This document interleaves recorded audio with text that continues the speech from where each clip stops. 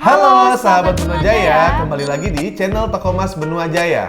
Jadi di video kali ini kita bakalan bikin video apa nih, Komin? Kita akan ngasih kalian financial advice yang mungkin mudah-mudahan bisa membantu para sahabat Benua Jaya dalam mengatur keuangannya. Apalagi ini udah tahun baru di tahun 2023. Kemarin Pak Jokowi pun sudah bilang ya kalau kita tuh harus pintar ngatur keuangan ya anak-anak muda. Takutnya kan karena sekarang masih pandemi juga kemarin ya, efek-efek corona, jadi perekonomian tuh kurang stabil. Oleh karena itu, ada baiknya juga para sahabat Benua Jaya dapat mengatur keuangan kalian dengan baik. Gitu. Oke, langsung aja kita mulai videonya. Let's go.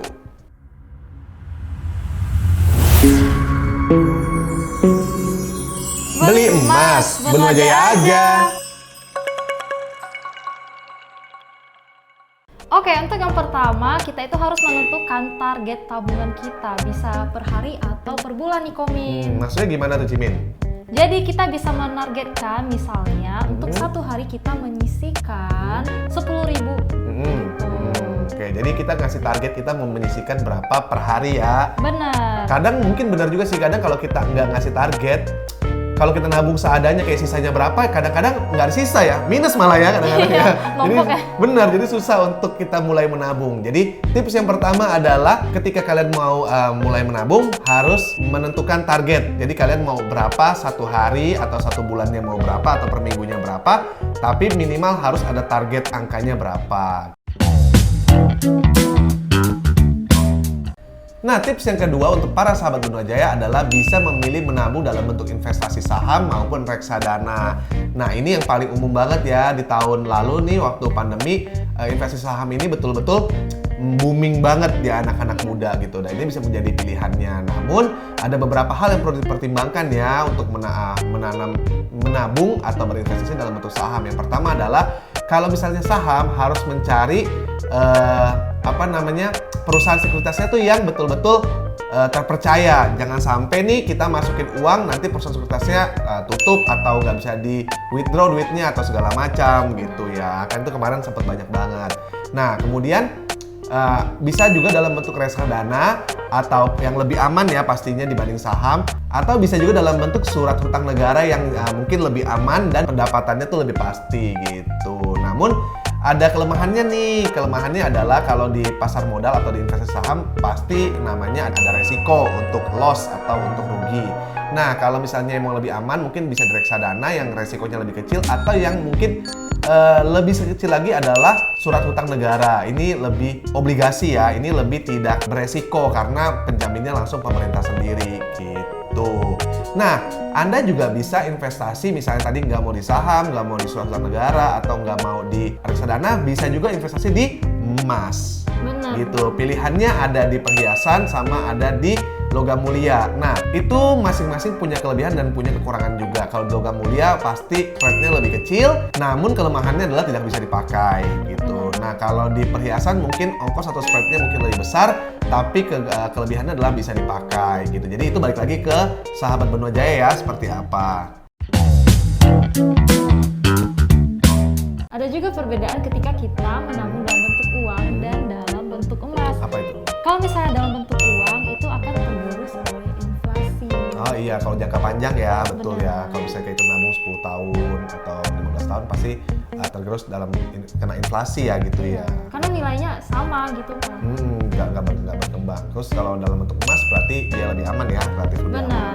Nah, Cimin, ada juga nih kelebihannya kalau kita nabung dalam bentuk misalnya bukan tunai ya, bukan nabung yang tadi seperti pertama kita bilang. Kadang-kadang kita ada rasa kayak, aduh ribet, mesti jual dulu baru bisa beli. Itu yang membuat kita jadi bisa menabung lebih baik gitu, jadi tidak boros. Jadi kayak ketahan gitu. Iya, jadi keinginan untuk lebih beli ini beli itu tuh lebih ketahan gitu loh, Cimin. Nah, untuk tips yang ketiga, kita harus bisa memisahkan dana darurat dan tabungan, Komi. Nah, ini benar banget. Siapapun kita rasa kita perlu menyisihkan dana darurat karena kita nggak pernah tahu nih ada kejadian apa yang bakal menimpa kita atau keluarga kita. Jadi kita mesti punya dana darurat itu, gitu. Jadi jangan sampai ketika kita ingin niatnya nabung untuk satu hal nih, terus kita nggak punya dana darurat, akhirnya tabungan kita terpakai untuk hal-hal itu, gitu. Akhirnya tabungannya hilang. Nah, Komin, tapi bagaimana cara untuk memisahkan dana tersebut? Gitu antara ya. dana darurat sama tabungan kita. Nah, kita harus punya ini dulu sih, perhitungan yang cukup matang ya. Jadi kita punya pendapatan itu satu bulannya kira-kira berapa, kemudian dana yang kita keluarkan itu berapa gitu. Kalau misalnya dari saya sih biasanya lebih memilih pakai persentase ya. Misalnya untuk kebutuhan bulanan itu hanya boleh 40% dari total pendapatan saya misalnya gitu.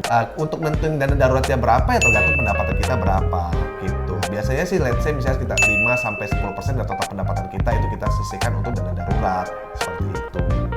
Nah, untuk tips yang keempat, kita harus memilih tempat menabung yang tepat nih, Komin. Gimana nih Cimin maksudnya nih? Nah, misalnya dalam bentuk cash, kita bisa saja kalau kita menabungnya di rumah, bisa menggunakan celengan. Oh iya betul, benar bisa disisihkan sedikit ya. Bener banget. Dan mungkin kalau menabung dalam jumlah yang lebih banyak, bisa saja kita menabungnya di bank, Komin. Betul ya, supaya lebih aman juga ya. Iya. Nah, kalau misalnya Komin punya nominal uang yang tidak terlalu banyak, itu sebaiknya nabungnya di rumah, Komin.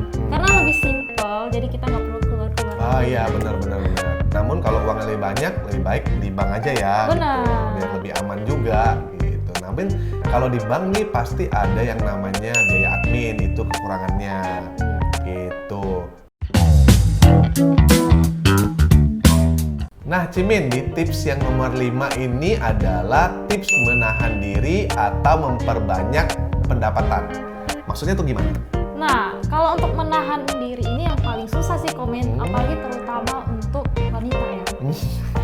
Belanjaannya banyak ya. Iya. Belum gajian aja keranjang Shopee-nya udah penuh tuh. Iya. Ya kan, nunggu di check out. Jadi balik lagi kita harus menentukan target agar bisa menahan diri.